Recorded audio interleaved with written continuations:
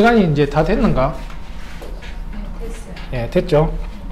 강의 제목을 이렇게 잡았어요. 앞으로 부동산 투자 전략이라는 제목으로 여러분들한테 이제 얘기를 할 건데, 제가 투자 전략이라고 이렇게 제목은 적었는데 전략이 사전적인 용어가 뭐지라는 생각이 들더라고요. 그래서 한번 네이버 사전에 한번 찾아봤어요. 전략이라는 단어가 전쟁에서 승리를 하기 위해서 전투에 계획하고 조직하고 수행을 만드는 방책이라고 이렇게 적혀 있더라고요. 부동산에도 이런 전략 같은 게 있어야 됩니다. 그냥 여러분들이 일반적인 부동산을 했을 때는 저기 집값 좀 올라간다더라, 저쪽에 뭐 지하철이 들어선다더라, 백화점이 들어간다더라, 관공서가 들어간다더라, 그런 카드라라는 얘기를 듣고 그냥 묻지마 투자를 많이 하는 경향이 있단 말이에요. 근데 진짜 전략은 그게 아니에요. 그런 거는 그냥 내가 앞으로 구입을 했을 때에 시세가 이제 좀 올라갈까 떨어질까 요런 걸 이제 잡는 걸 이제 말하는 거고, 제가 여러분들한테 말하는 거는 지금 부동산 경기가 어떤지, 지금 국가에서 떠드는 정책이 어떤 건지, 그리고 규제는 어떤 게 들어오는 건지, 지금 건설사가 집을 짓고 있는데 공급 물량은 어떤지, 지금 수요자가 많은 건지 적은 건지, 여기에 따라서 내가 어떤 방향으로 투자를 할 것인지를 그걸 잡아가는 걸 전략이라고 하는 거예요. 그러면 전쟁에서 이기려고 그러면은 이 전략을 잘 짜야 되는데, 첫 번째로 우리가 봐야 되는 거는 적군이 어떤 규모로 있고 적군이 어떤 지형으로 배치되어 있고 이런 것들을 미리 아는 거. 적군을 먼저 안다 그러면은 그 전쟁은 무조건 이긴단 말이에요. 근데 내가 적군이 어떤 규모에 있고 어떤 지형으로 있는지 모르면은 그 전쟁은 이길 수가 없는 거예요. 그러니까 이 전략이라는 거는 상대방이 어떤 정책으로 어떻게 오는지에 대해서 간파를 하고 있어야 되는 거예요. 현실을 똑바로 보고 있어야 되는 거예요. 이 전쟁을 치르는 데서 무조건 이길 거라는 그런 의욕만 있다고 해가지고 전쟁을 이기는 건 아니란 말이에요. 현대 상황이 내한테 어떻게 처해져 있는지를 봤을 때에 어떤 도구를 사용해가 어떻게 전략을 세울지는 거기에서 나오는 겁니다. 부동산도 똑같아요. 부동산도 지금 현 시점이 어떤 방향으로 흘러가는지를 여러분들이 제대로 보고 있다 그러면 어떤 도구를 쓸지에 대해서 여러분들이 나올 거예요. 지금 부동산이 되게 경기가 좋다고 생각하세요? 아니면 경기가 안 좋다고 생각하세요? 안 좋다고 생각하죠? 그러면 왜 지금 부동산 경기가 안 좋은 거예요? 정부 정책 때문에. 정부 정책 때문에? 어떤 정책? 규제를 하는데 어떤 정책? 물으면 말을 못해. 부동산 규제가 들어가는데 세금에 대해서 어떤 정책이 들어가고, 대출에 대한 거는 어떻게 들어가고, 분양권이나 아니면 조합원들한테 초과이익 환수제를 어떻게 규제가 들어가는지, 상한제는 어떻게 만드는지, 이런 것들 때문에 지금 부동산 투자하는데 힘들지 않나, 이런 것도 나와야 되고, 경제는 어떻게 되는지, 제조업은 어떻게 흘러가는지, 이런 것도 알아야 되죠. 분위기가 안 좋다 하니까 좋아요 라고 하는 거는 잘못된 생각인 거죠. 확실하게 우리가 알고 들어가야 되는 거예요. 너무 세세하게 들어갈 필요도 없지만 대충은 이제 알고 있어야 된단 말이에요. 지금 문재인 정부가 들어오면서 펼치는 정책들은 크게 보면은 이런 것들이죠. 다주택자들한테 양도세를 더 강화를 시키고요. 그리고 지금 보유세도 지금 얘기를 꺼내고 있죠. 그 대출 규제도 들어가고 악조건이 이제 들어서고 있어요. 지금 문재인 정부 같은 경우에는 5번 선거를 이겼습니까? 졌습니까? 5번 선거를 크게 이겼어요. 압승이죠, 압승. 완전 압승을 하니까 지금 이 문재인 정권에서 앞으로 펼칠 정책을 내놓으면은 그 야당이라는 데서 이거는 잘못됐다고 이제 말을 해야 되는데 완전 압승을 해버리니까 말을 못해. 자릿수가 중요한 게 아니에요. 완전히 압승을 해버리니까 기존에 있던 자유한국당 같은 경우에는 더 말을 못하게 돼요. 다음에 선거가 국회의원 선거가 있죠. 한 1년 6개월 정도 이렇게 남았을걸요. 그런데 여기에서 누군가가 이 정책에 대해서 잘못됐다라고 막 신랄하게 이렇게 비판을 하잖아요. 찍히는 거야. 정권에서 이렇게 찍히는 게 아니고요. 국민들한테 찍힌다고 이렇게 생각을 하는 거예요. 앞으로는 내가 신랄하게 비판을 해버리면은 와, 이거 잘하면 내 국회의원 이거 배지도 날라가겠는데? 표를 못 받는 거 아니야? 여당이 펼치는 정책에 내가 반박을 한다는 거는 국민들을 배신하는 거 아니야? 그럼 내 표가 사라지는 거 아니야? 그럼 말하지 말고 그냥 가만히 있을까? 이렇게 되는 거예요. 다른 야당은 아예 그냥 이게 진짜 여당인지 야당인지 모를 정도로 딱 붙어가지고 잘한다면서 박수 쳐주고 있죠. 한국당 같은 경우에는 자기에 대한 그 말을 못하고 있으니까 그 안에서 더 분란이 일어날 수밖에 없는 거죠. 이 여당은요, 지금 정권은 마음껏 이렇게 펼칠 수 있는 여지가 된다는 거예요. 지금 압승을 했으니까 어깨가 어디까지 올라갔습니까?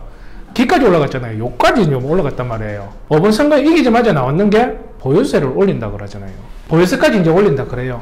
대출 규제는 그전부터 이제 들어갔죠. 금리 인상은요. 지금 올해 들어가지고 금리 인상을 했습니까? 안 했습니까? 안 했어요. 작년 겨울에 한번 인상하고요. 1월달부터 해가지고 7월달까지 금리 인상을 한 번도 한 적이 없습니다. 왜 그럴까요? 그렇지. 잘하는데. 선거 전에 미리 금리 인상을 해버리면은 민심이 흔들립니다.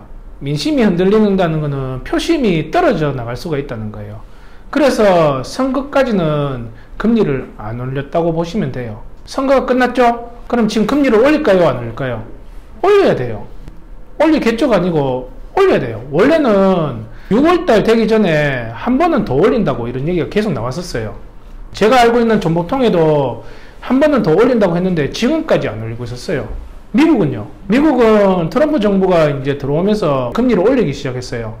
지금 미국 같은 경우에는 2개월 간격으로 해가지고 금리를 계속 올리고 있단 말이에요. 그러면 우리나라는 안 올릴 수가 없어요.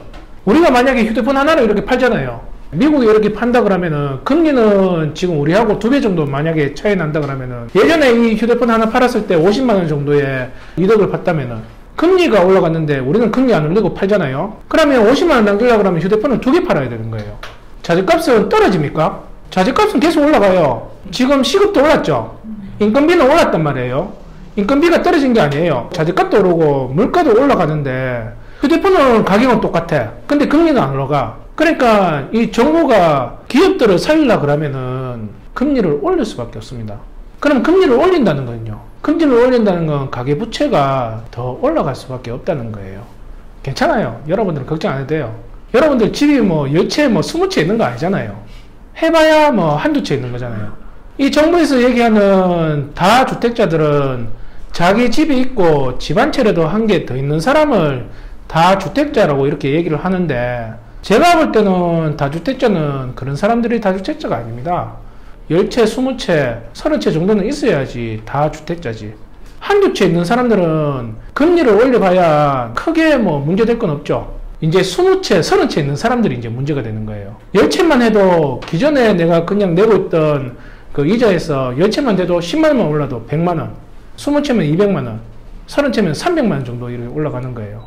그러면은 힘들어지는 거예요. 근데 저 같은 경우에는 일반 시세보다는 많이 저렴하게 떨어뜨려 놓고 이렇게 샀단 말이에요. 제가 지금 사는 부동산들은 보면은 대출 이자를 내고도 월세만 이렇게 낀다 그러면은 아파트인데도 20만원 아니면 30만원 정도 이렇게 남습니다. 저 같은 경우에는 금리가 올라간다 그러면은 수익이 떨어지는 거예요. 손해를 보는 건 아니에요. 그러니까 이것도 전략입니다. 전략. 1년에 한 번 재산세가 나오죠.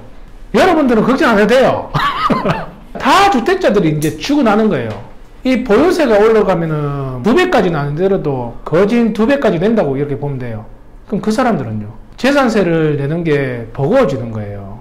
버거워지면은 이 세금을 안 내면요, 다 이제 자포자기 해버리는 거지 뭐. 그러면 시장에 더 많은 공급 물량이 쏟아질 수도 있어요. 금리가 올라가면은 대출 이자가 좀 더 발생을 한단 말이에요. 이 다주택자들이 이제 문제가 되는 거예요. 기존에 일반 시세에서 이렇게 사는 사람들은 저 같은 경우에는 월세 놓고 대출 이자 갚으면 못해도 20만원 아니면 30만원 정도 남는단 말이에요. 저렴하게 샀으니까 그렇게 되는 거예요. 평균적으로 돌아가는 월세를 맞추면은 저는 대출 이자 갚고도 돈이 얼마 정도 남아요. 그런데 일반 시세에서 사는 사람들이 세를 보면요, 딱 대출 이자만큼 갚든지 아니면 자기가 더 내는 형상이 만들어져요. 거기에 다주택자들이 이렇게 또 이제 금리가 올라가잖아요. 요즘은 대출 이자 내려고 그러면 고정은 안 내주거든요. 은행에서 다 변동을 해줘요. 이자가 올라갈 거 뻔히 보이는데 말 놓고 고정을 해주겠어요? 걔들도 머리가 있는데. 금리가 올라간다 그러면은 그 사람들이 집이 여러 채가 있다 그러면 그때부터 힘들어집니다. 금리가 이제 올라가면은 대출 이자 갚아줘야 될 게 이제 많아진단 말이에요. 대출 이자를 못 갚으면요, 그게 이제 경매로 나오는 거예요. 여러분들이 보시면은 경매도 있고 공매도 있잖아요. 경매하고 공매하고 태어났을 때부터 속성이 틀린 거예요. 경매 같은 경우에는 누군가가 돈을 빌리고 했을 때에 경매라는 게 그때부터 만들어지는 거예요. 이게 돈을 빌린 사람이 제대로 채무이행을 잘해야 되는데 채무이행을 제대로 못하잖아요. 그러면 바로 경매로 진행이 되는 거예요. 공매는 채무관계가 아니에요. 국가에서 세금을 받을 게 있는데 세금을 안 내잖아요. 그러면 이게 공매로 이렇게 나오는 거예요. 시장의 금리는 인상이 될 거예요. 앞으로 미국 금리를 올리는 만큼 우리나라도 회사를 살리기 위해서 올릴 수밖에 없어요. 금리를 이제 올리기 시작하면은 부채 비용이 올라가는 거죠. 그러면 그때부터 경매 물건이 쏟아지기 시작합니다. 재산세를 올린다. 그러면은 개인적으로 한 주택, 두 주택 들고 있는 사람들은 크게 문제가 될 게 없어요. 다 주택자들이 힘들어지는 거예요. 어떻게 지금 막고 있다 그러잖아요. 어떻게 막고 있는데 1년에 한 번씩 망치로 빵 때리는 거야. 빵! 또 버티네? 빵! 또 버티네? 빵 때리는 거예요. 그러다 보면은 이 사람이 더 이상 못 버티면은 포기하게 되죠. 그럼 그게 이제 공매 물건들로 이제 쏟아지기 시작하는 겁니다. 지금 현상을 잘 보셔야 돼요. 근데 이렇게 정책으로 안 놀라도 돼요. 굳이 부동산을 잡으려고 정책으로 누를 필요가 없어요.